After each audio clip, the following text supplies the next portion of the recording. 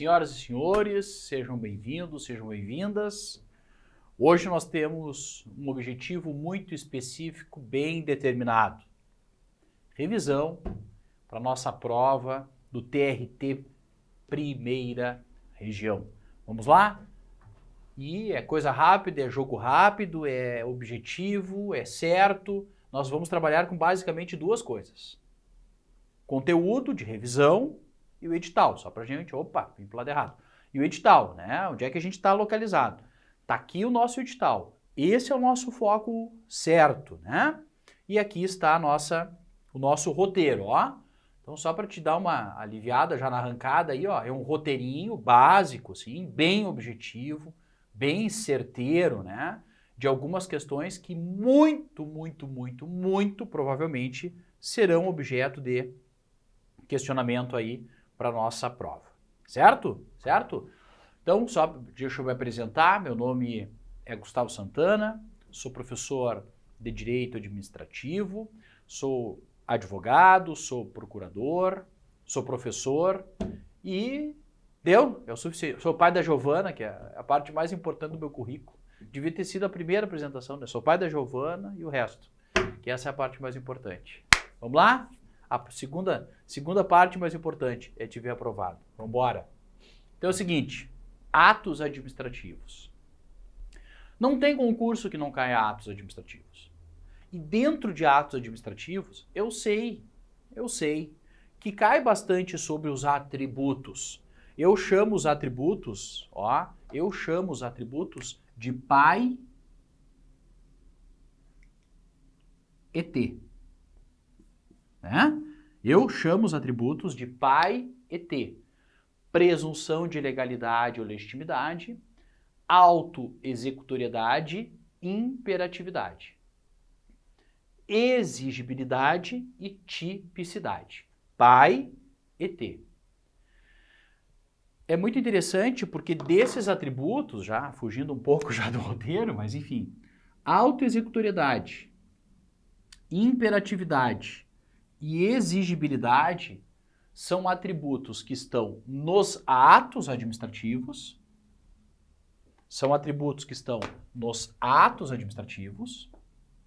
mas eles estão também no poder de polícia. No poder de polícia. Pai e T, né? Presunção de legalidade, autoexecutoriedade, imperatividade ou coercibilidade, exigibilidade e tipicidade. O A e E, ou A e I, como queira, tá? Mas eu gosto de seguir do meu pai e T, né? Eles são atributos tanto dos atos administrativos quanto do poder de polícia. Mas o poder de polícia tem um atributo próprio, que é a discricionariedade. Discricionariedade. O poder de polícia tem um atributo próprio, que é o da discricionariedade. Então, o poder de polícia trabalha com 4 atributos, os atos administrativos trabalham com 5 atributos. Este, discricionariedade, é um atributo específico do poder de polícia. Tá? O que eu quero dizer com isso? Eu não posso confundir o que eu chamo de pai e T. Não posso confundir o pai e T. Tentei deixar ele mais forte. Ah, agora ficou caprichado. Não posso confundir com o ponto. Tá vendo aí no nosso material? Ponto são os requisitos, os elementos de formação. A doutrina chama em elementos de validade. Tudo bem. São os elementos de validade, ou enfim, são os elementos de formação dos atos administrativos.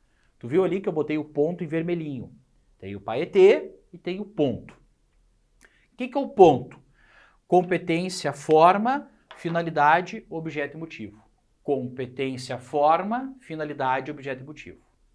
Estes são os requisitos de formação. Mas o que vai cair na prova, ou muito provavelmente na sua prova, não é propriamente os atributos e os requisitos.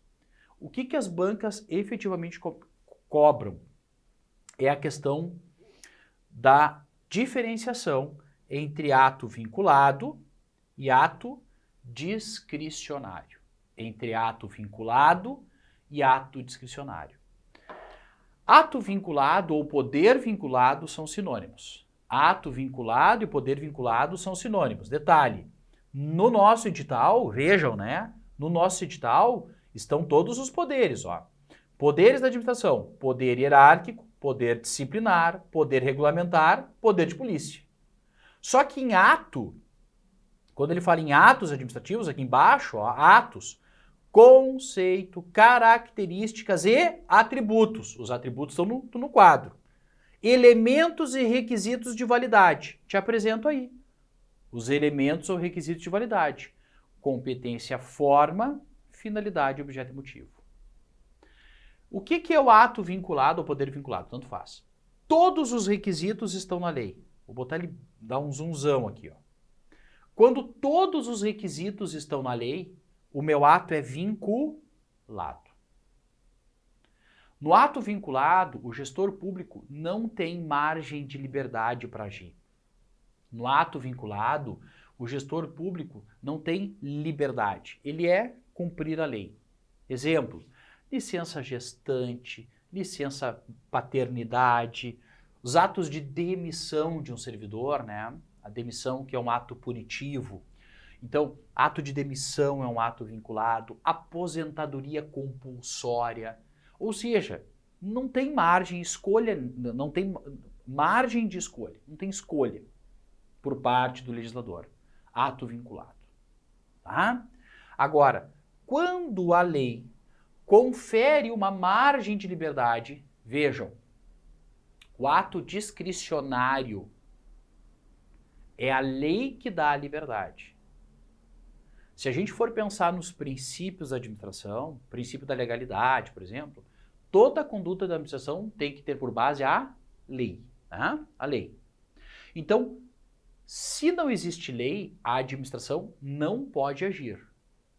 Administrar é cumprir a lei. A administração só age se houver lei. Então, onde é que está a base do ato discricionário? Na lei. Então, vejam que até mesmo no ato discricionário eu tenho lei. Tanto é que a gente fala em margem de liberdade. A gente não fala em liberdade absoluta e restrita, não. No ato discricionário eu tenho uma margem de liberdade. E esta liberdade está na lei. No ato discricionário eu tenho 3 requisitos que vão estar na lei. Eu te afirmaria 100% 2, competência e finalidade. A forma tem autores que ainda brigam. As bancas, boas bancas, como a FCC, por exemplo, nem cria briga com relação à forma. Às vezes nem perguntam. Forma meio pelo qual o ato é exteriorizado. Mas, no mínimo, eu sigo uma doutrina mais clássica, competência, forma e finalidade estão na lei, sempre. Objeto e motivo ficam a critério de oportunidade e conveniência. Objeto é o próprio conteúdo do ato administrativo. Motivo são as razões fáticas e jurídicas. Motivo é o porquê de emitir o ato, porquê, né, da emissão do ato administrativo. Então, quando o objeto e motivo estão a critério de oportunidade e conveniência, o nosso ato ele é discricionário. Discricionário. E aí, você vai perceber que aqui, e aí eu vou dar um zoom maior ainda, né, quase total, eu escrevi discricionário. Isso vai ter tem uma justificativa. Espera aí, tem um porquê. Mas pensem que oportunidade e conveniência, quando estão a critério, o legislador deixou para a autoridade, para o gestor público, uma margem de liberdade, ato discricionário não é uma liberdade total e absoluta. Ato discricionário é uma margem de liberdade. Quando o legislador deixou essa margem de liberdade, eu chamo esse ato de discricionário. Discricionário. Mas como até mesmo no ato discricionário tem lei, ao invés de a gente escrever discricionário, a gente escreveu discricionário. Eu até penso às vezes em botar lei, né? Discricionário. Porque até mesmo no ato discricionário tem lei. Por isso, então, que a gente trocou o R ali no finalzinho por L. Tá? O Rzinho por um Lzinho. Porque até mesmo no ato discricionário tem lei. Certo?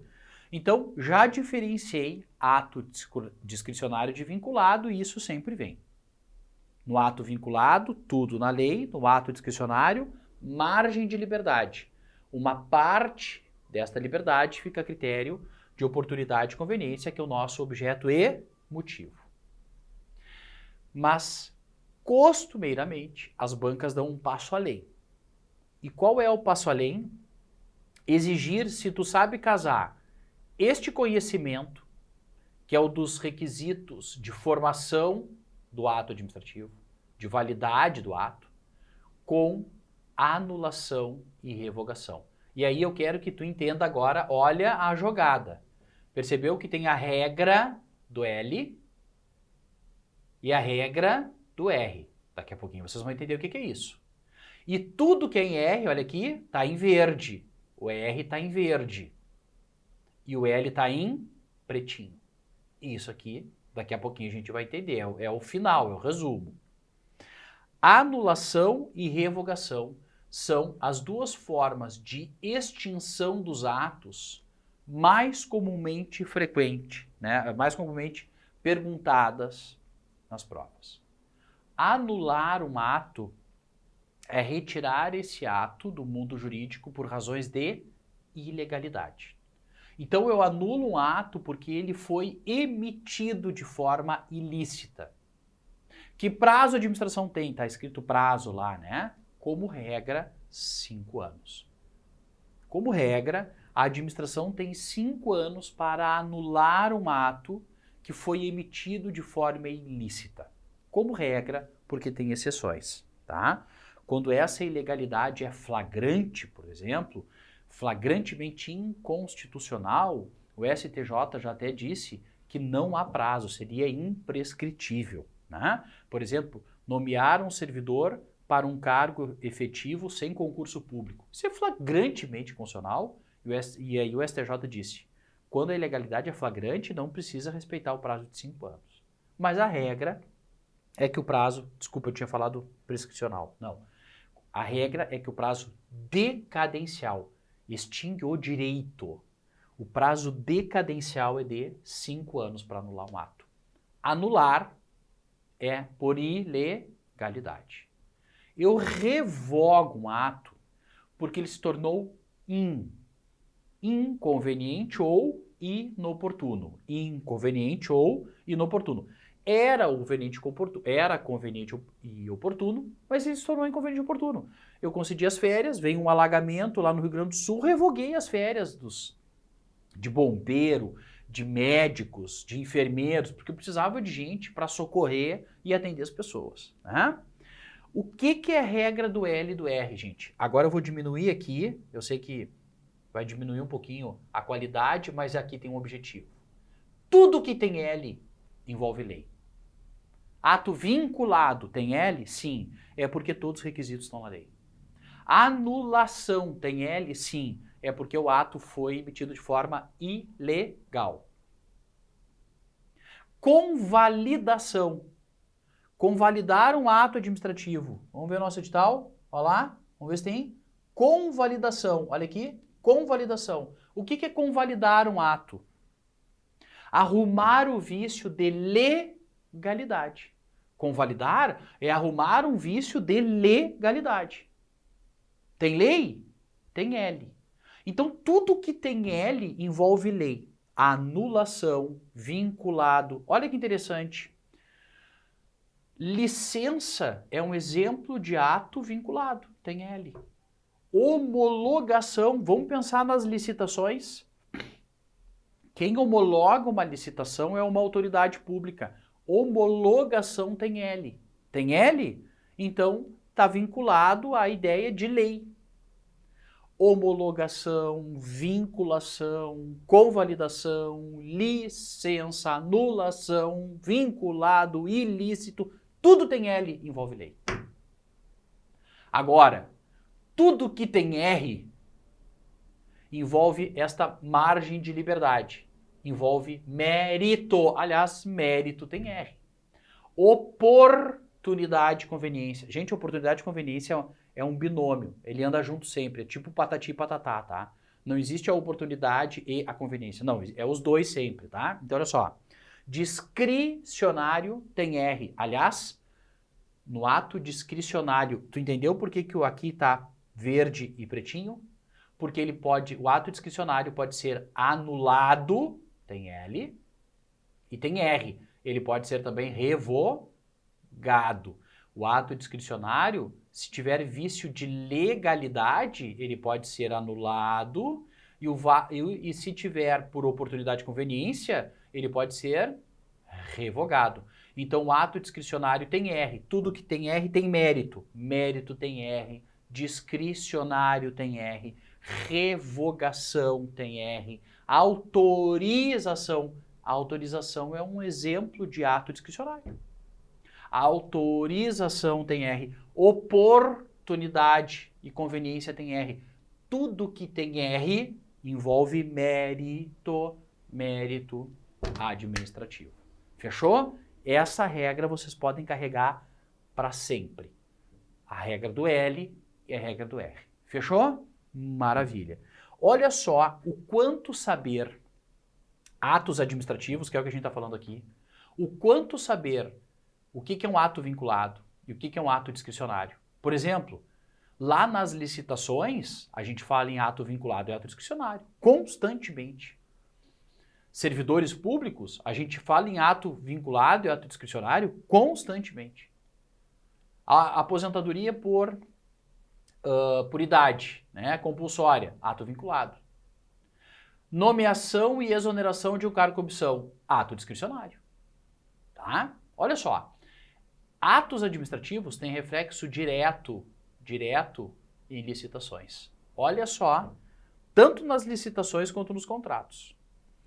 Uma licitação concluída, o caminho de uma licitação começa com uma autoridade, termina com uma autoridade. Mas quem conduz a licitação é um agente de contratação. É um agente de contratação. Qual é o caminho normal de uma licitação? Que é um procedimento, né? Que se busca a contratação mais vantajosa para a administração.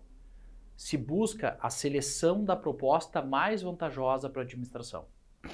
Qual é o caminho normal de uma licitação?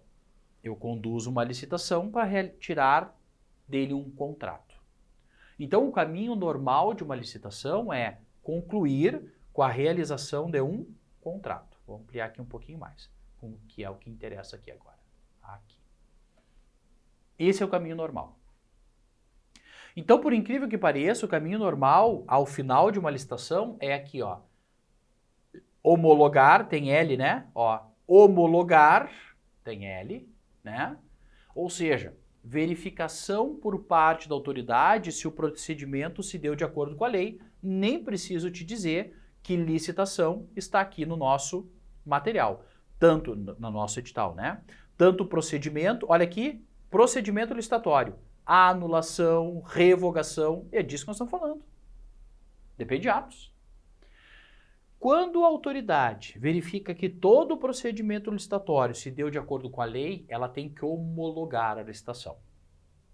Homologação tem L. Verifica, então, se o procedimento se deu de acordo com a lei. Verificação se o procedimento se deu de acordo com a lei. Homologar e adjudicar se tudo deu de acordo com a lei. O que é adjudicar? Entregar o objeto licitatório ao licitante vencedor. Então, se era compras de garrafinhas de água, né, homologar significa dizer que se a administração for contratar, Gustavo, a administração não precisa obrigatoriamente contratar o licitante vencedor? Não. Agora nós vamos estudar por quê. O caminho normal é sim, mas não é obrigado. Vamos ver por quê. Bom, esse procedimento andou. Quem conduziu foi o agente de contratação. E ele vai entregar para a autoridade competente. A autoridade competente, eu estou aqui em cima, ó, 71. Encerradas as fases estão lá no artigo 17. Encerradas as fases, esse agente de contratação manda essa licitação para a autoridade. A autoridade, se ela identificar alguma irregularidade, se a autoridade identificar alguma irregularidade, alguns problemas, do tipo, olha, agente de contratação, tem arquivos aqui que estão salvados invertidos, né? Tá bagunçado os arquivos. Alguns estão em branco, deu algum problema na hora de compilar tudo. Manda para o agente de contratação, ele arruma e devolve. Gente, a autoridade pode determinar o retorno para saneamento de irregularidades. Gente, saneamento de irregularidades é exatamente simples assim, né? Vê o que se aconteceu alguma coisa de errado, vai lá e arruma. Coisa simples. Erros meramente formais, não substanciais. Pode a autoridade identificar que houve uma ilegalidade. Se ela identificar que houve uma ilegalidade, ilegalidade tem L, ela tem duas alternativas. Ou, olha aqui, ó. Primeiro, ela vai tentar convalidar a licitação. Convalidar tem L. O que é convalidar a licitação? Eu tô louco para abrir a imagem aberta, ampla, mas é que é mais importante você gravar o que tá aí do que ficar olhando para minha careca. Então assim, fica olhando aí, tá? O que é convalidar a licitação? Arrumar um vício de legalidade. Tem L, né? Arrumar vício de legalidade. Como é possível convalidar? Agora eu vou lá para a Lei 9784 de 99. Lei 9784 que está no nosso edital. O que é convalidar? A administração, diante de efeitos sanáveis, se não acarretar lesão ao interesse público e nem prejudicar terceiro de boa-fé, tendo defeito sanável, não acarretando lesão ao interesse público e não prejudicando terceiro de boa-fé, a própria administração autotutela, somente a própria administração pode convalidar este ato. Leia-se, arrumar o vício de legalidade. Qual é a vantagem da convalidação, gente? Eu respeito dois princípios. Legalidade, porque eu estou arrumando vício de legalidade, e eu também respeito o princípio da segurança jurídica. Porque ao invés de rasgar toda aquela licitação e jogar fora, eu arrumo o vício e permaneço com a licitação existente, válida e eficaz. Então, quando eu convalido um ato, eu também respeito o princípio da segurança jurídica. Por isso que é vantagem para a administração convalidar. Se a gente fosse pensar dentro da administração, dentro dos princípios da licitação, aí eu alcanço aqui a ideia até da eficácia, né? Enfim, percebeu? Então a primeira é convalidar. Vou tentar convalidar. Se a autoridade identificar que não tem como arrumar aquele vício de legalidade, ela não vai ter outra solução que não seja anular aquele ato, anular o procedimento licitatório. Qual é o problema? Eu respeito o princípio da legalidade, mas eu desfaço todo o procedimento, né? Mas respeito o princípio da legalidade, certo? Bom, pode acontecer de eu conduzir essa licitação, chega na autoridade e a autoridade está com um problema sério. Por quê? Porque quando eu abri a licitação, eu tinha uma realidade. Quando terminou a licitação, eu tenho uma outra realidade. Olha o que diz aqui embaixo, ó. Fato superveniente. Aconteceu um acidente, aconteceu uma situação durante essa licitação que vai me fazer com que eu não fique mais com ela, eu não permaneça com ela. Para mim não é mais vantajosa essa administração, essa licitação. Por quê? Porque veio a pandemia. Porque no Rio Grande do Sul está enfrentando as enchentes, ou seja, não é mais vantajoso para mim manter essa licitação. Ou seja, ela se tornou inconveniente ou inoportuna. Tem R? Então eu vou revogar por fato superveniente. Olha aí, tudo tem R, tu viu? Por fato superveniente, vou revogar. Vou dar um exemplo, gente. faço uma licitação para a compra de copinhos plásticos, tá? Esse é de vidro, mas um copinho plástico. Para ter lá perto dos bebedouros para as crianças tomar água. Aí as escolas enchem de água, vem a pandemia, tá? O que eu quero com copinho plástico? As crianças nem estão indo mais na escola. O que adianta ter copinho plástico comprado? Veio a enchente, as crianças não têm onde sentar, as cadeiras, as mesas ficaram embaixo d'água, submersas, muitas estragaram. Então, eu vou revogar essa licitação dos copinhos, está aqui o fato novo, né? E vou fazer uma outra licitação, talvez emergencial, não sei, para suprir uma determinada necessidade. Gustavo, por que tu vai revogar? Simplesmente deixa essa aí, né? E não faz a outra. Porque eu preciso liberar o valor. Lembre-se que quando eu abro uma licitação, eu tenho que indicar o orçamento. Quando a licitação anda, ela termina, ela está como se estivesse com aquele valor do orçamento preso. Mas eu preciso agora desse valor para pintar, para pôr telha, para comprar cadeira. Então eu revogo a licitação, libero esse valor e aí eu posso fazer eventualmente uma nova compra. Por que essa revogação da licitação ela é por fato superveniente, devidamente comprovado? Senão seria muito fácil de fraudar. Quem ganhou a licitação não era quem eu queria. Vou lá, revogo. Ô meu, participa de novo, vê se dessa vez tu ganha.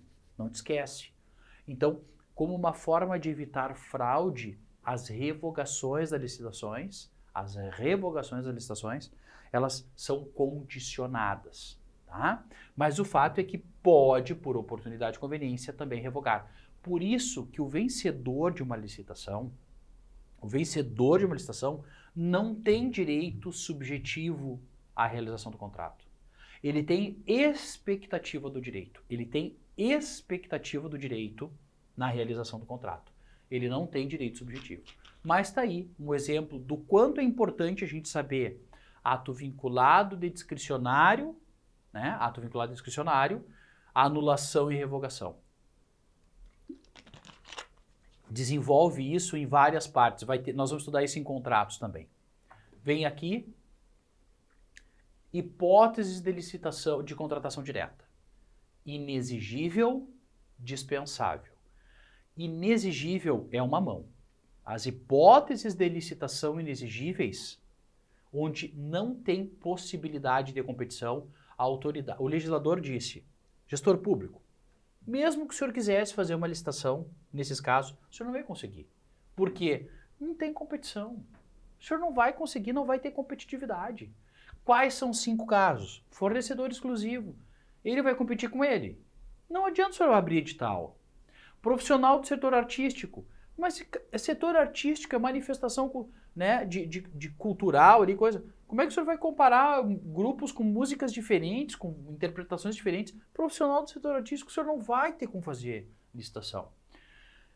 Serviços técnicos de natureza especializada, né, de especialidade intelectual, o senhor não vai conseguir, né? Eu gostava muito da redação antiga, falava de natureza singular. Você não vai conseguir fazer licitação. E esses serviços altamente especializados, você acha que ele vai ficar procurando edital de licitação? Tem que ir lá bater na porta dele. Serviços que possam ser contratados por meio de credenciamento, não tem licitação. O senhor vai fazer um chamamento de credenciamento, tá? E todos que quiserem se credenciar, receber aqueles valores, etc., participam. Ponto. Tá? E por fim, aquisição e locação de imóveis que a localização torne necessária, a localização e manutenção, ou localização, instalação e aquisição torne necessária aquela escolha. Então, aquisição e locação, necessária escolha. 5 hipóteses de licitação inexigível. Todas as demais que a gente possa ler são dispensáveis. Qual a grande diferença? As hipóteses de licitações dispensáveis, elas são taxativas. Elas estão lá no artigo 75, elas estão lá no artigo 75 e são taxativas. São aquelas hipóteses. As hipóteses de licitação inexigível são exemplificativas. Claro que quando cai em prova só cai aquelas 5, Mas, de qualquer sorte, é importante a gente identificar que esses casos do 74, licitação inexigível, elas são exemplificativas, né? E as hipóteses do artigo 75, elas são taxativas, inexigível, dispensável. Certo? Bom, então, essas são as hipóteses de contratação direta. 5 modalidades também temos. Modalidades: concorrência e pregão, hoje muito parecidos, o procedimento inclusive o mesmo. Quando é que eu aplico um ou outro? Muito simples. Concorrência, bens e serviços especiais. Bens e serviço especial. Tem a palavra especial, é a concorrência. Pregão, bens e serviços comuns, inclusive de engenharia. Falou em não sei o que comum, pregão. Ponto. Falou em comum, pregão. Inclusive, repito, de engenharia. Certo? Leilão é para venda, alienação, leilão de bens móveis ou imóveis. Concurso, escolha de trabalho técnico, artístico ou científico, não é o concurso público que a gente está se preparando. Concurso, escolha de trabalho técnico, artístico ou científico. E diálogo competitivo, esse novo, cai com muita frequência. É uma licitação nova, dividida em basicamente 2 fases. A fase de diálogo e uma fase de competição. Se utiliza diálogo competitivo, pregão e concorrência basicamente é para aquisição, né? Basicamente para aquisição. Diálogo competitivo, a administração tem um problema e não tem uma solução. Ela nem sabe adequadamente as soluções que o mercado disponibiliza. Então, diante das inúmeras hipóteses que o mercado tem, diante da alta complexidade tecnológica e a administração não tem muito conhecimento daquela área, ela faz um diálogo competitivo. Ou seja, ela vai escutar o mercado, soluções propostas por problema da administração. Eu tenho uma fase de diálogo, que pode ter 1, 2, 3 rodadas até de diálogo. Finalizada a fase de diálogo, quem participou da fase do diálogo pode participar da fase de competição. Eu seleciono uma proposta e eu digo, quem participou, qual é o valor que executa essa proposta. Isto é a fase de diálogo competitivo. Tá? Fase não, desculpa. Modalidade de diálogo competitivo. Certo? Mas voltando aqui ao nosso roteirinho, eu tenho também, olha que interessante, anulação nos contratos. Eu também tenho anulação nos contratos. Gustavo, tu não tem revogação nos contratos? Olha que interessante, os contratos eu não tenho revogação. Nos contratos eu tenho as hipóteses de extinção dos contratos. Eu tenho hipóteses de extinção dos contratos. É diferente. Eu posso rescindir um contrato. Artigo lá 132 aproximadamente. Posso rescindir um contrato, não é revogar. Tá? Mas os contratos podem ser anulados. Qual é a grande curiosidade que nós temos na anulação dos contratos? A regra. Qual é a regra, gente? Posso anular um contrato quando eu vejo que houve uma ilegalidade. Toda anulação tem efeito ex tunc, ou seja, retroage a data da ilegalidade. A revogação tem efeito ex nunc. Nunc é não. Não retroage. Então, os efeitos da revogação são prospectivos. Nunc é não. Ex nunc, revogação, são prospectivos, não retroagem. Os efeitos da anulação são retroativos. Aí ex tunc. Então vejam só o seguinte. A declaração de nulidade de um contrato opera retroativamente. Ex tunc. É essa a regra. Essa é a regra. Porém, olha que interessante. Pode acontecer de a autoridade identificar que se ela anular esse contrato, ela vai gerar um problema maior do que deixando esse contrato eficaz, vigente. Pode acontecer ele identificar, houve uma ilegalidade. Aonde? Lá na licitação. Mas ninguém viu, a gente só viu agora. Tá, e agora? Anula tudo. Tá, mas é recolhimento de lixo. Sabe o que vai acontecer se a gente anular hoje de manhã esse contrato? De tarde os caras não estão recolhendo mais lixo, quem é que vai recolher o lixo da cidade? Ah, mas daí a gente faz uma contratação emergencial. Mas mesmo que a gente faça uma contratação emergencial, isso vai durar no mínimo uma semana. No mínimo uma semana. E outra, vai ser mais cara. É emergencial, é mais caro. Aí vai ficar no mínimo uma semana. Cara, não tem... Tá, primeira pergunta. Vamos pensar o seguinte. O contratado tem alguma culpa nessa ilegalidade? Não, foi um erro nosso. O contratado não tem culpa. Então tá, então vamos fazer o seguinte. Olha o que a lei diz agora. Com vistas à continuidade da atividade administrativa, poderá a autoridade, a administração, decidir que esta anulação, esta declaração de nulidade, só tenha efeito futuro. Suficiente para efetuar uma nova contratação. Esta eficácia futura, ela pode ser por até 6 meses prorrogável uma única vez. Lá no direito constitucional, nós chamaríamos isso de modulação dos efeitos. Lá no controle de constitucionalidade, ADI, ADO, ADPF, né? Lá no controle de constitucionalidade, nós chamaríamos isso de modulação dos efeitos da decisão. Olha que interessante, se trabalhou aqui também a modulação dos efeitos. Que interessante. E aí, me permita, eu vou abrir um parênteses e até jogar aqui para ti na tela, mas vai por mim, tá lá no edital. Cai a LINDB, Lei de Introdução às Normas do Direito Brasileiro. Do artigo 20 em diante da LINDB, foi alterado em 2018 e inseriu várias regras norteadoras para condutas da administração pública. Tem duas ideias que passam de forma muito presente nessa alteração em 2018 da LINDB, do artigo 20 em diante. A ideia de uma administração consensual, dialógica, de conversa. Olha o diálogo competitivo, que é coisa mais dialógica que isso. E uma uma ideia, né? A administração dialógica, de dialogar, consensual, e consequencialista. Como assim consequencialismo? Olha, quais as consequências de anular uma licitação de recolhimento de lixo? Imediato. Se o contratado não tem culpa. Olha, para a sociedade, ela tem impacto 2 horas depois.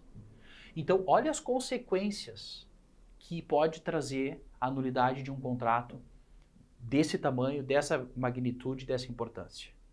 Então, essa ideia de uma administração dialógica, de conversa, que passa por consensualismo, tá, veio com a Lei de Introdução às Normas do Direito Brasileiro, a LINDB, em 2018, a partir desta norma que alterou, e está dentro dos contratos. Vocês sabiam que lá nos contratos tem um capítulo específico com meios alternativos de resolução de disputas? Um contrato administrativo, ele pode ser finalizado de 3 formas.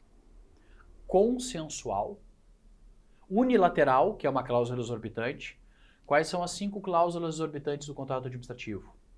Alteração unilateral, extinção unilateral, fiscalização da execução, imposição de sanções e execução provisória, né? E execução de bens e serviços, assumir provisoriamente bens, serviços e pessoal para dar continuidade ao serviço. 5 cláusulas exorbitantes. Lá, mais adiante, tem métodos alternativos, meios alternativos de resolução de disputas.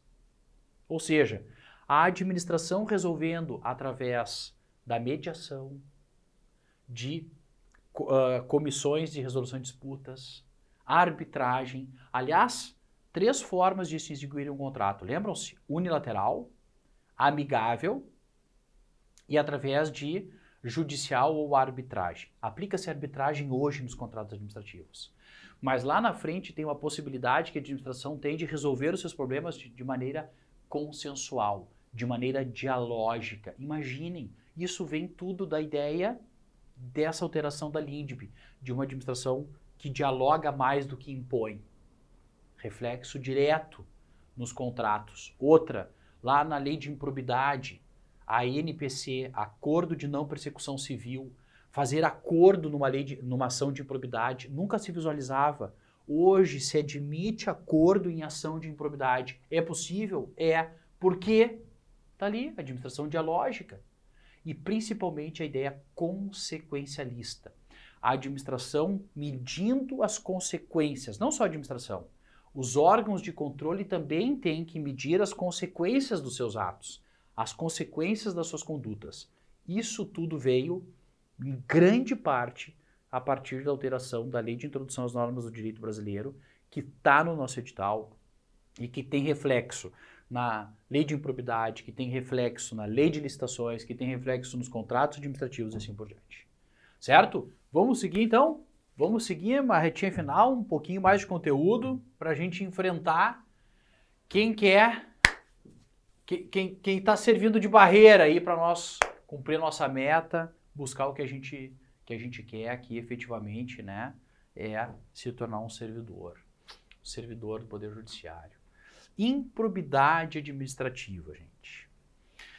Improbidade administrativa também alterada em 2021, digo também alterada, porque essa alteração vem em 2021 junto com a lei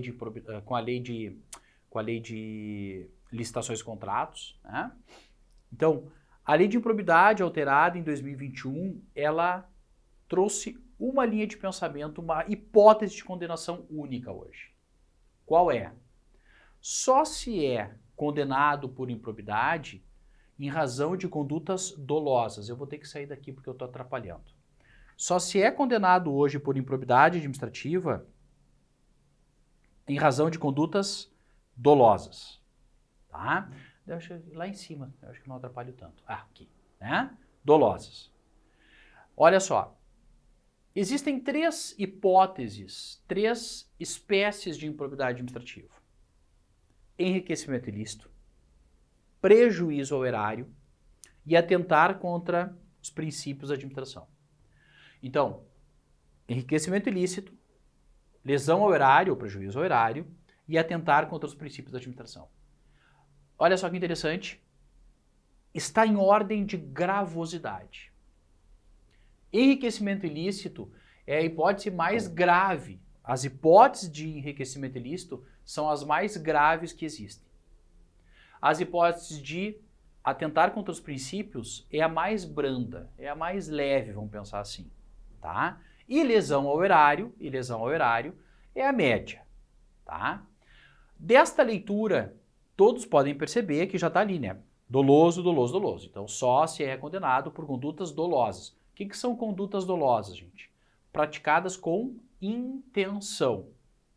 O legislador até conceituou dolo, né? Dolo é uma atitude intencional, livre e consciente de praticar um ato, tá?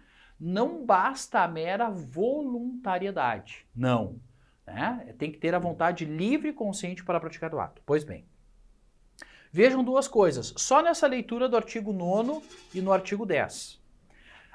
Os incisos do artigo 9º e 10 são exemplificativos. Tá vendo ali ó, a palavra, ó, notadamente. Notadamente. Então, as hipóteses do artigo 9º e 10 são exemplificativas.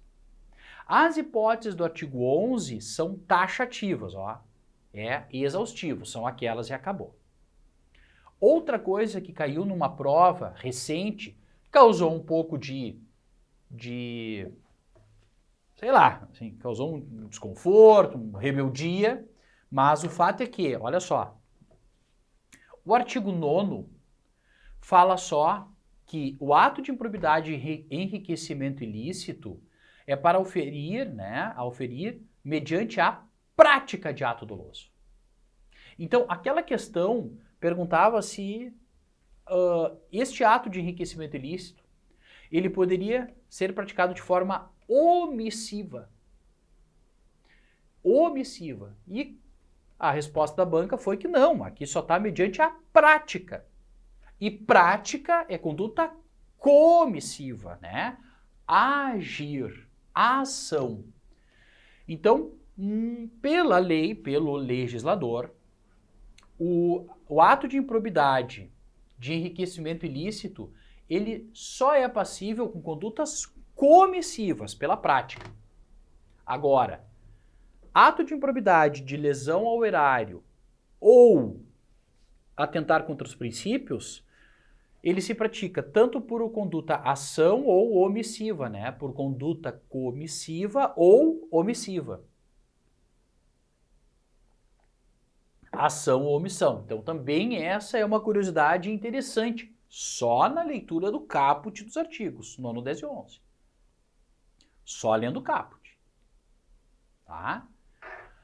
Bom, mas muito provavelmente, ainda que possa vir uma pergunta assim, não específica sobre isso, mas essa vem misturada ali nas alternativas, eles têm perguntado muito, se tu decorou as hipóteses do artigo 9, 10 e 11.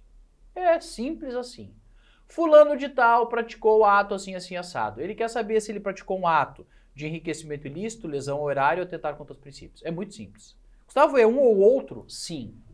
O legislador hoje disse, prática de ato é um ou outro. Não tem como você praticar 2 atos de improbidade. Ou é um, ou é o 9, ou é o 10, ou é o 11. Tá? Agora, eles vão te perguntar isso aqui. Tu decorou as hipóteses de enriquecimento ilícito? Você decorou as hipóteses de atentar contra os princípios da administração? Eu, Gustavo, entendi, percebi que é mais fácil a gente decorar as hipóteses do artigo 9 e 11 e deixar as hipóteses do artigo 10 e deixar as hipóteses do artigo 10 tipo assim, ó, o que eu não sei é artigo 10. É o que? Prejuízo ao erário. Lesão ao erário. As que eu gravei é enriquecimento ilícito e atentar contra os princípios. Olha só, vou sair daqui porque eu não quero nem tirar a tua atenção em nenhum segundo. Todas as hipóteses que estão aí, e é isso que eu quero que tu veja agora, né? Quero que tu entenda. Vejam só que interessante. Receber e perceber, olha quantas vezes aparece esse verbo. Quase... Se você gravar e receber e perceber é a mesma coisa, tá, gente? Se você gravar que receber e perceber é a mesma coisa, são sinônimos. Ele aparece tantas vezes no artigo 9 que você grava 90% das hipóteses só nesses 2 verbos. E é isso que vai cair na tua questão lá, né? Deixa eu baixar agora consigo. É isso que vai cair na tua questão. Fulano de tal recebeu dinheiro para. A fulana percebeu vantagem econômica, não sei o quê. Perceber, receber? Já sei. Vamos lá. Usar e utilizar também são sinônimos. Usar e utilizar são sinônimos.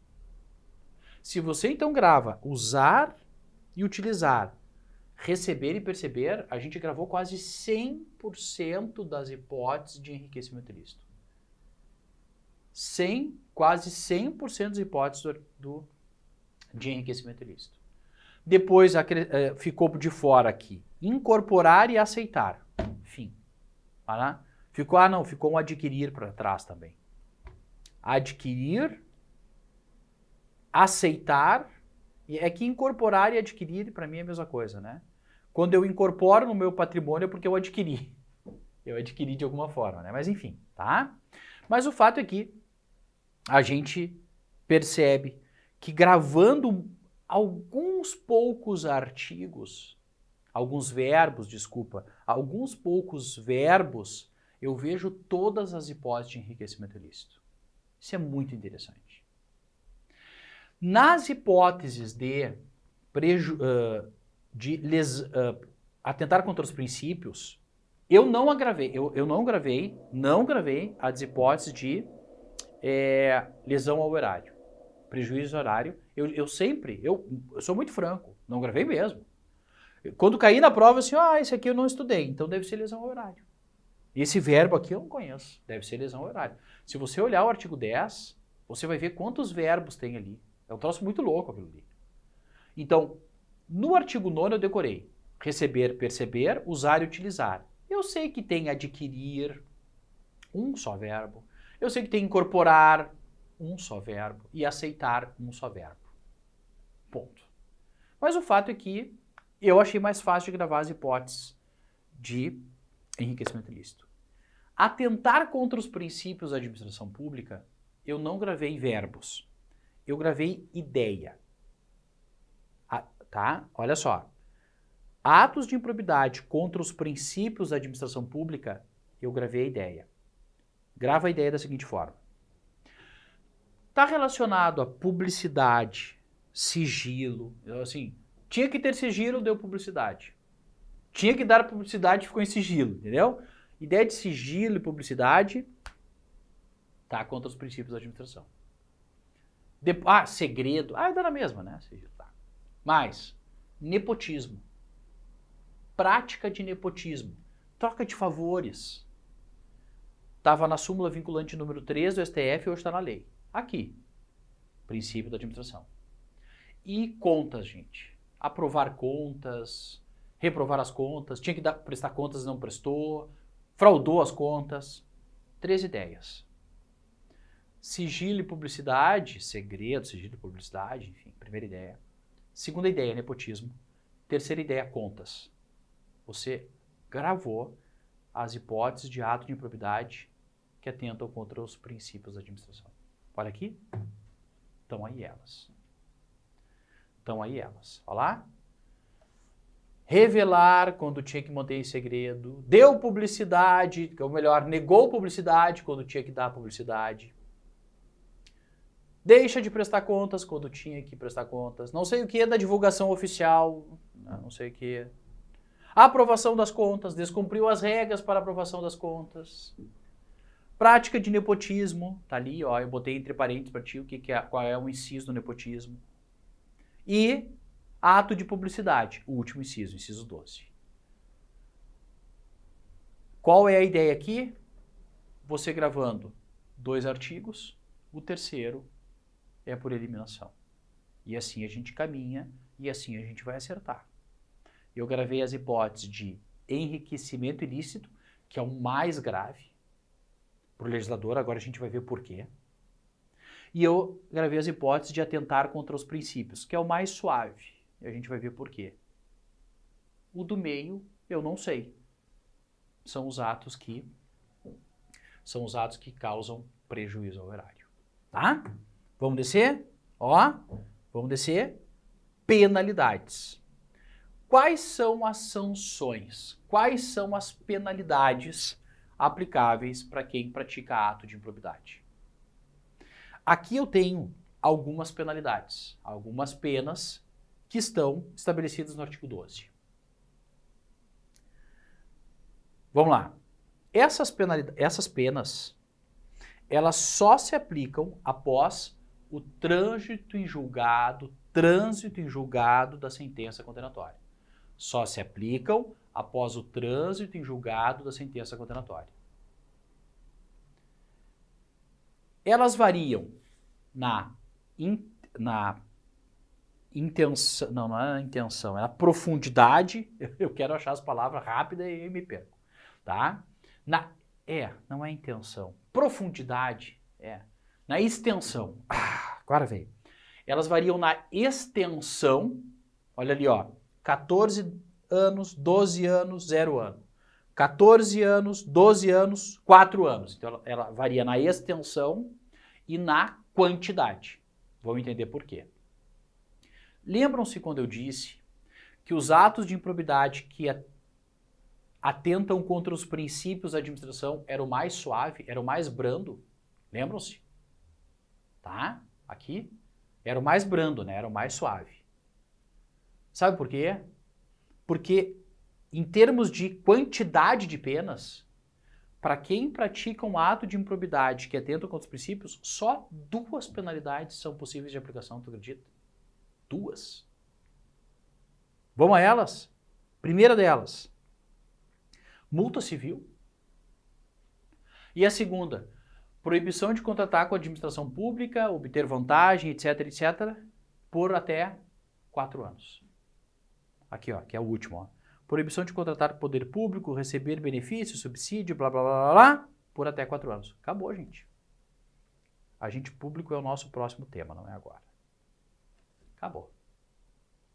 Então vejam que praticar atos, ou melhor, atentar contra os princípios da administração, efetivamente é o mais suave deles, né? É o mais suave deles. Só 2 penas. Agora vamos pegar o maior, que é o que a gente gravou também, enriquecimento ilícito. Para o legislador, enriquecer ilicitamente é o mais grave dos atos. Sabe por quê? Olha só. Primeiro, extensão. Todas as penalidades. E profundidade. Intencionalidade.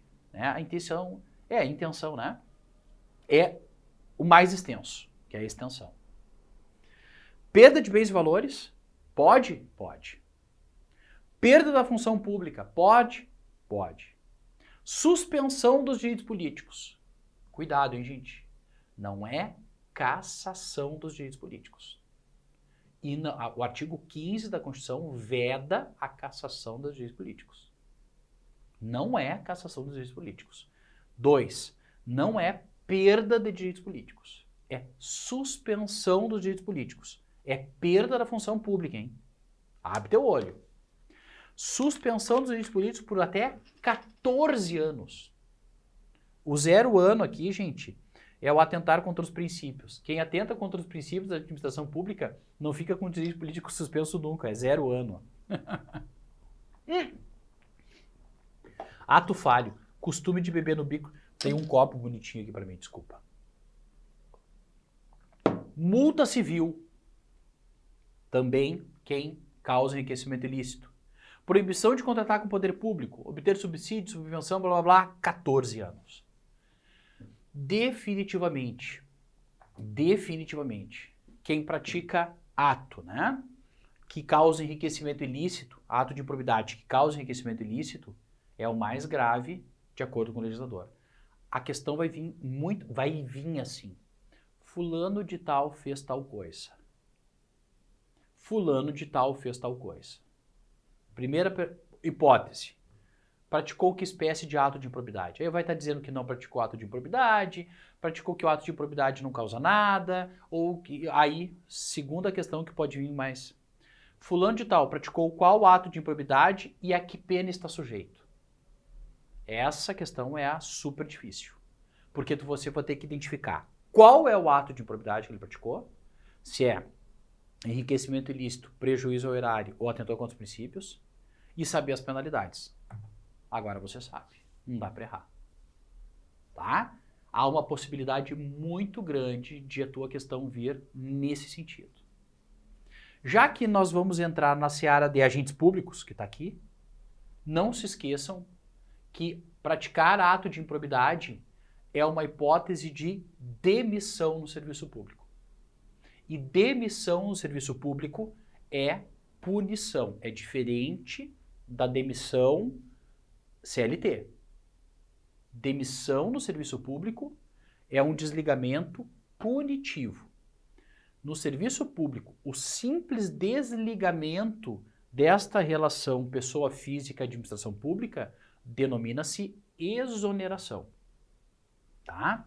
Mas vamos lá aos agentes públicos. A primeira forma de provimento de um cargo público que a gente conhece, que é aquela que nasce do nada, é a nomeação. Resultante do concurso. Ou não, né? Esse exemplo aqui que eu estou trazendo é em razão de um concurso. Mas não se esqueçam que dentro da administração existe cargo de provimento efetivo e cargo em comissão. Cargo de provimento efetivo é aquele candidato que presta um concurso e após um determinado período pode adquirir a estabilidade. Cargo de provimento efetivo. Cargo em comissão é de livre, nomeação e exoneração. Os dois são ocupantes de cargo. Qual a diferença de cargo, emprego e função? Cargo eu tenho em pessoas com natureza de direito público regidos por um estatuto. Qual é o estatuto que rege os cargos da União? A 812 de 90. A 812/90. Então, os cargos possuem funções, atribuições. Muitos sabem, né? Por atribuições. Ah, quais atividades tu vai desempenhar? Quais são as atribuições do teu cargo? Isso é função. Todo cargo tem função. Todo cargo tem que desempenhar alguma função, alguma atividade. E o cargo é regido por um estatuto, uma norma de direito público.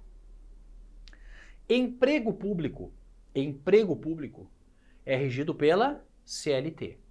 Ele também presta um processo seletivo, a única diferença é que ele não é regido por um estatuto.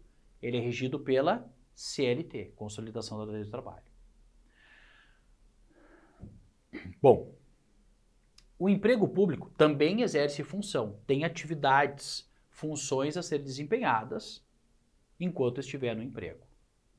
Tanto o cargo de provimento efetivo quanto o emprego de caráter permanente, vamos dizer, né? Eles necessitam de um concurso para o seu provimento, para o seu preenchimento.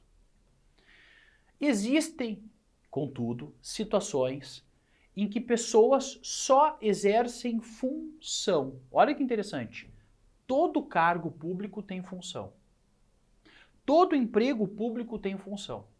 Mas existem funções sem cargo e sem emprego.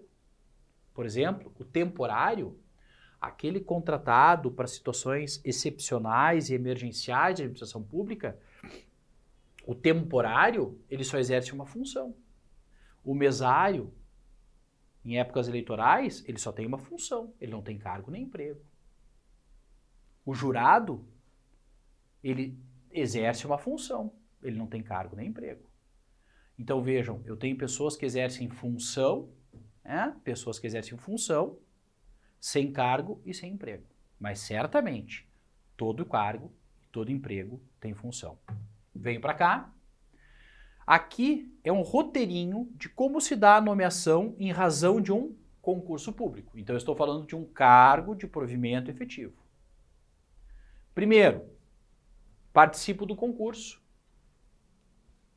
e serei aprovado dentro do número de vagas. Deixa eu ver se eu fico aqui em cima sem atrapalhar. Sim.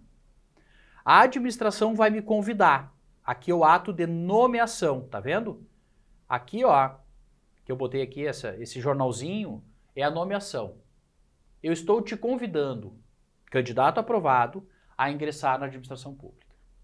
Você tem 30 dias da nomeação para assinar o termo de posse. Posse, gente, é um ato físico, é um ato, eu brinco, analógico. Se assina o termo de posse, eu posso tirar cópia do termo de posse, eu posso emoldurar o termo de posse. Eu não consigo fazer isso com a investidura.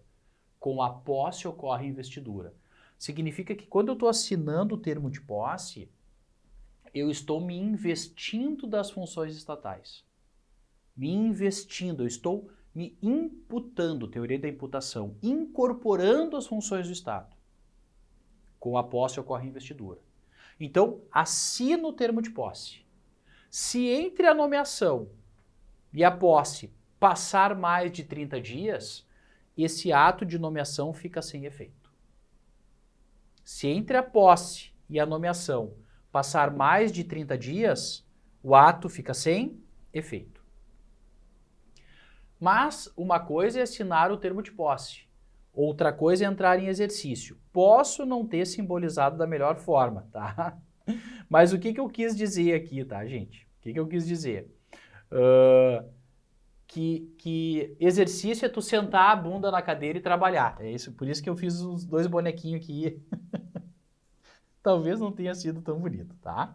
Mas assim, é sentar na cadeira e trabalhar, sentar a bunda na cadeira e trabalhar, tá? Entre a posse e o exercício, tem que ocorrer no máximo 15 dias. Então eu tenho 15 dias para entrar em exercício. E exercício é o efetivo desempenho das atribuições do cargo. Se eu não entrar em exercício, neste prazo, eu serei exonerado de ofício pela administração.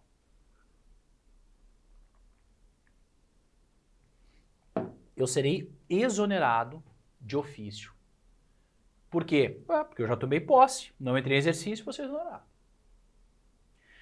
Vamos supor que eu entrei em exercício. Eu terei 3 anos onde eu serei avaliado no estágio probatório. Eu brinco. Terei que me comportar como quase um padre, ó, só que não é padre. Porque na 812, no Estatuto do Rio Grande do Sul, a gente fala padre porque é padre mesmo, a gente se comporta como verdadeiro padre.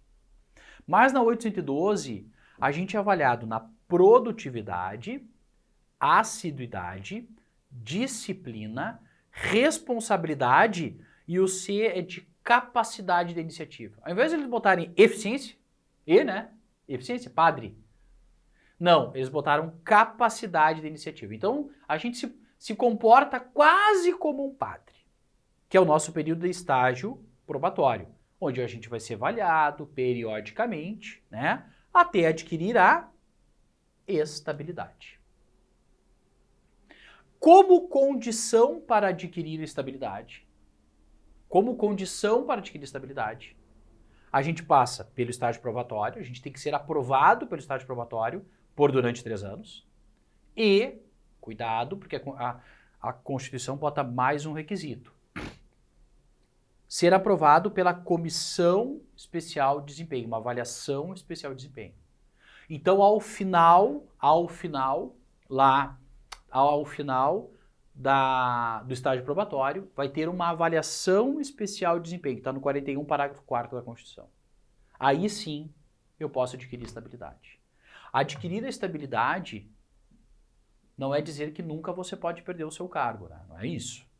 Adquirir estabilidade do artigo 41, né, de acordo com o artigo 41 da Constituição, para cargos de provimento efetivo, significa que você só pode perder o seu cargo neste artigo, porque tem outros espalhados na Constituição, neste artigo, por 3 razões.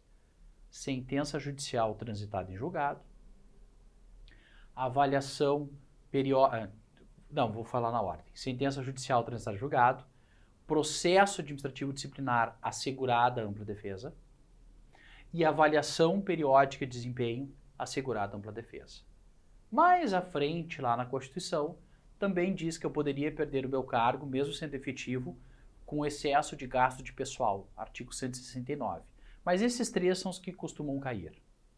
Então, vejam, essa estabilidade do artigo 41 não alcança os empregados públicos. Isso é uma outra diferença em relação a cargo e emprego. Essa estabilidade do 41 é para cargos de provimento efetivo.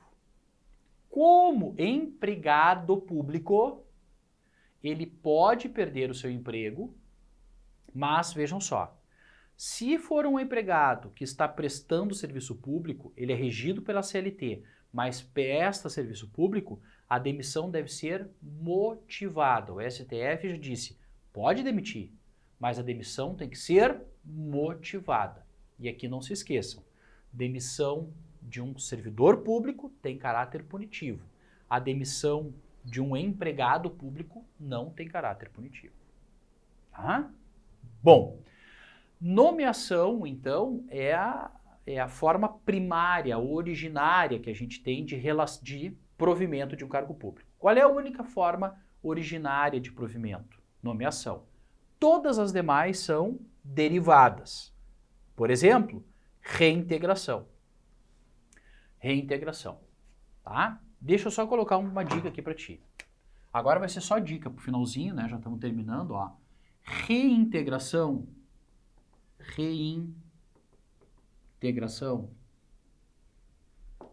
Ela se dá quando o servidor que foi demitido, e agora eu já sei que demitido ele é punido, o servidor que foi demitido, ele invalida, anula a ilegalidade, ele invalida essa demissão. Invalidar, anular é a mesma coisa. E ele sendo estável, ele é reintegrado ao cargo anteriormente ocupado. Então, reintegração, olha aqui, reintegração, demissão. E ele, por óbvio, vai ser ressarcido dos prejuízos, porque ele foi ilegalmente demitido. Ele foi ilegalmente demitido, efeitos retroativos, ele vai ser indenizado. Que é o artigo 41, parágrafo 2º. Eu já volto para a recondução, tá? Eu já volto para a recondução. Eu quero trabalhar contigo algumas dicas. Reversão, tá vendo a reversão? Tudo isso é forma de provimento. Reversão, reintegração, grava o I. I, né? Demitido, reintegração. Eu gosto muito de trabalhar com uma letra, às vezes uma expressão, né? reversão. Reversão. O que eu faço na reversão? Eu vou espelhar o A. Tem o V, né? Ó, reversão. Eu espelho o V. Ó, tá vendo o V aí? Espelhei, né? Aí eu traço um aposentado. Reversão, gente, é o aposentado que retorna à atividade. Sempre. Sempre, sempre, sempre. Então, reversão, reversão, reversão é o aposentado que retorna à atividade. Quer ver? Olha lá, ó, reversão. Eu brinquei ali, né? Tentei simbolizar ali duas pessoas com mais idade. Como eu já tenho problema na lombar, então eu já me imagino que com o tempo, né, certamente vou precisar ou de um andador ou de alguma muleta, porque eu já tenho problema na lombar, tenho, enfim, 46 anos. E aí volta a atividade, eu botei um bonequinho fazendo exercício. Sei lá se fiz a representação adequada, tá? Então, o aposentado que retorna, reversão. Tem algumas regrinhas, mas o que é mais importante é que você não... Porque não adianta, ó, reversão, reintegração, readaptação, tudo é re. Readaptação, tá aqui em cima. Pensem na seguinte forma, na readaptação. Quando uma pessoa tem alguma limitação física, né, físico-mental, ela não precisa de um ambiente adaptado? Precisa, né? Readaptação, gente, eu tento simbolizar, por óbvio, isso aqui tudo é uma simbolização, né? Eu tento simbolizar de uma pessoa que sofreu um acidente, sei lá, uma limitação físico-mental. E ela vai ser readaptada para um cargo com atividades compatíveis com essa nova limitação dela, essa nova limitação físico-mental. Tá? Então, readaptação é uma forma de provimento, né, onde eu vou readaptar essa pessoa a um novo cargo que seja compatível com as limitações que ela sofreu. Então vejam, readaptação, reintegração, reversão, recondução. Recondução, sabe por que eu botei essa plaquinha de retorno? Retorno, porque assim, ó, recondução quando cai, né? É tão simples o conceito que às vezes a gente acha que está errado. Recondução é o retorno do servidor estável ao cargo anteriormente ocupado. Recondução é isso. Recondução é o retorno do servidor. Então por isso que eu botei o retorno, ó, é uma placa de retorno. É o retorno do servidor estável ao cargo anteriormente ocupado. Detalhe. Então o estável tinha sido demitido, estava chorando aqui. Quando ele anula, quando ele invalida a demissão, ele é indenizado, então ele está feliz. Eu não fiz a simbologia aqui embaixo, mas olha que interessante. O servidor que é reconduzido, deixa eu te colocar aqui no quadro, só para tu entender essa reintegração e recondução que eles andam juntos aqui, né? Eu tenho dois cargos, tá, gente? Eu tenho dois cargos. Aí eu tenho aqui um servidor que foi demitido e aqui um servidor que está no lugar dele. O demitido estável que retorna ao cargo, reintegração. Né? E demitido, reintegração. Então, o servidor que foi demitido, e este que está, volta para o cargo de origem. É o retorno, não é isso? Vou tentar fazer aqui, é o retorno, né? Retorno do servidor estável, recondução. Este tem direito à indenização. Este vai receber a diferença. Este aqui não. Ou seja, ele vai voltar a receber como ele recebia antes. Ele vai voltar a receber como ele recebia antes. Então este aqui é reintegrado e se tem alguém aqui no cargo dele, reconduzido ao cargo de origem. Mas Gustavo, se ele trabalhava lá numa loja, bom, aí são outros problemas. Aí são outros problemas, que talvez a questão nem aborde, mas é possível, né? É possível. E aí, se ele trabalhava numa loja, um posto de gasolina, né, que é privado, bom, não vamos resolver isso agora, na revisão. Mas o fato é que não alcança a recondução esse que veio, esse que veio da iniciativa privada, né? Ele não alcança esse aqui, que veio da iniciativa privada. Ele alcança só servidor público. Certo? Então, gente, tentei do fundo do coração, nesse curto espaço de tempo, né, trazer alguns pontos que eu considerei como mais frequentes e mais importantes aí na tua jornada, tá? Vou deixar aqui o registro ali, os meus contatos estão aqui, tem o site, tem o e-mail do escritório, mas principalmente eu acho que o contato do Instagram é o que a gente mais pode se aproximar, tirar dúvida, até depois eventualmente da tua prova, né? Foto, enfim, qualquer coisa, tá? É gustavo.s.santana, aqui ó, né, no Instagram. Tem o site, por óbvio, tem o e-mail lá do escritório, não tem problema nenhum, mas no Instagram acaba sendo a rede social que a gente se aproxima mais, troca dúvida, continua estudando, eu continuo te auxiliando. Ótima prova a todos, ótima prova, ótima prova. Do fundo do coração, espero ter contribuído um pouquinho mais com o conhecimento de vocês. Fiquem com Deus e a gente se encontra por aí numa outra oportunidade. Beijo no coração. Tchau, tchau, gente.